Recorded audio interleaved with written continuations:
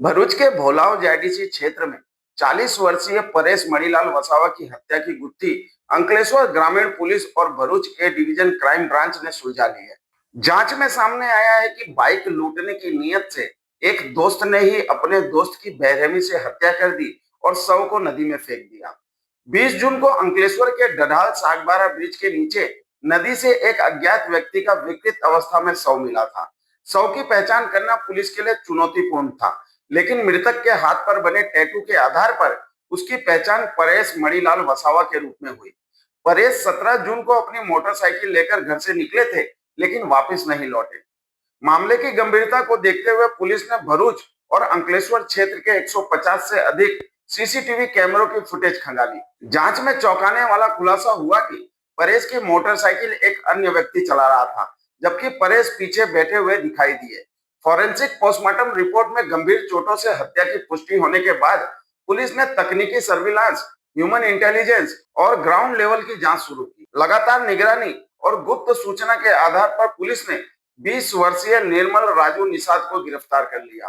पूछताछ में आरोपी ने स्वीकार किया है कि उसने मोटरसाइकिल हड़पने के इरादे से परेश वसावा की हत्या की। हत्या के बाद उसने शव को नदी में फेंककर सबूत मिटाने का प्रयास किया। पुलिस के अनुसार आरोपी निर्मल निषाद के खिलाफ पहले से ही अंकलेश्वर में चैन स्नेचिंग के मामले दर्ज है।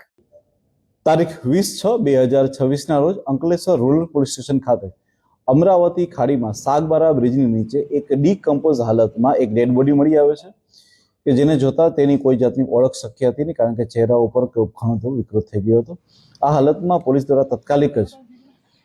સુરત ખાતે ફોરેન્સિક એફએસએલ કરવા માટે ડેડ બોડીને મોકલી દેવામાં આવે છે અને ત્યારબાદ ડેડ બોડીના ફોટા અને બધું લઈ અને વ્યક્તિની ઓળખાણ માટે ખૂબ પ્રયત્ન કરવામાં આવે છે, જેને આધારે અલગ અલગ અનેક સીસીટીવીઓ, ત્યારબાદ અલગ અલગ જગ્યાએ તેના હાથ પરના છુંદડા,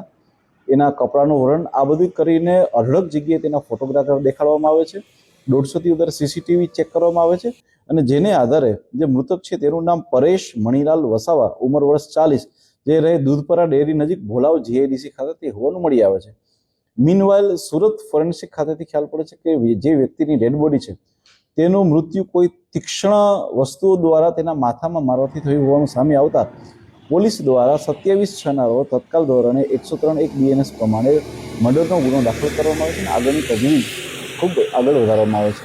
જેમાં અમારા અંકલેશ્વર ડિવિઝનના ડીવાયએસપી, એલસીબીની ટીમ અને લોકલ પીએ જે છે એ ખૂબ જ મહેનત ઉઠાવે છે અને ત્યારબાદ જે છે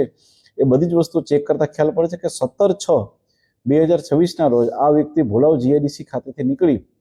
અને ત્યારબાદ જે છે તેમનું લોકેશન મળી આવતું ન હતું। આગળ વધુ તપાસ ધરતા હ્યુમન ઇન્ટેલિજન્સના આધારે અને ટેકનિકલ ઇન્ટેલિજન્સના આધારે ખ્યાલ પડે છે કે એક વ્યક્તિ કે જેનું નામ છે નિર્મલ રાજુ નિષાદ, ઉંમર વર્ષ 20, જે મૂળ રહે છે ઉત્તર પ્રદેશ અને અહીંયા દૂધદા નજીક રહે છે અને આ વ્યક્તિના ટચમાં છેલ્લે 1 વર્ષથી હતો, તેની સાથે છેલ્લે જોવામાં આવ્યો હતો અને ત્યારબાદ ઇન્ટ્રોગેશનના આધારે અને અલગ અલગ બીજી ટેકનિકના આધારે પોલીસની સફળતામાં હાથ ધરે છે કે જેમાં વ્યક્તિ દ્વારા માત્ર તેનું મોટરસાયકલ પડાવી લેવાના હેતુ પાર ના આવતા તેણે વ્યક્તિનું પથ્થરથી મૃત્યુ નિપજાવ્યું હતું અને ત્યારબાદ જે ત્યાંથી એ ડેડ બોડીને ડમ્પ કરીને ફરાર થઈ ગયા હતા। આ વ્યક્તિ જે નિર્મલ રાજુ નિષાદ છે તેની ઉપર આ અગાઉ પણ 2025ની સાલમાં ચેન સ્નેચિંગના એટલે કે 304(2) મુજબના 2 ગુના પણ દાખલ થયેલા છે। હાલમાં પોલીસ દ્વારા આરોપીને અટક કરી અને આગળની મજબૂત કાર્યવાહી માટે કામ ચાલુ છે।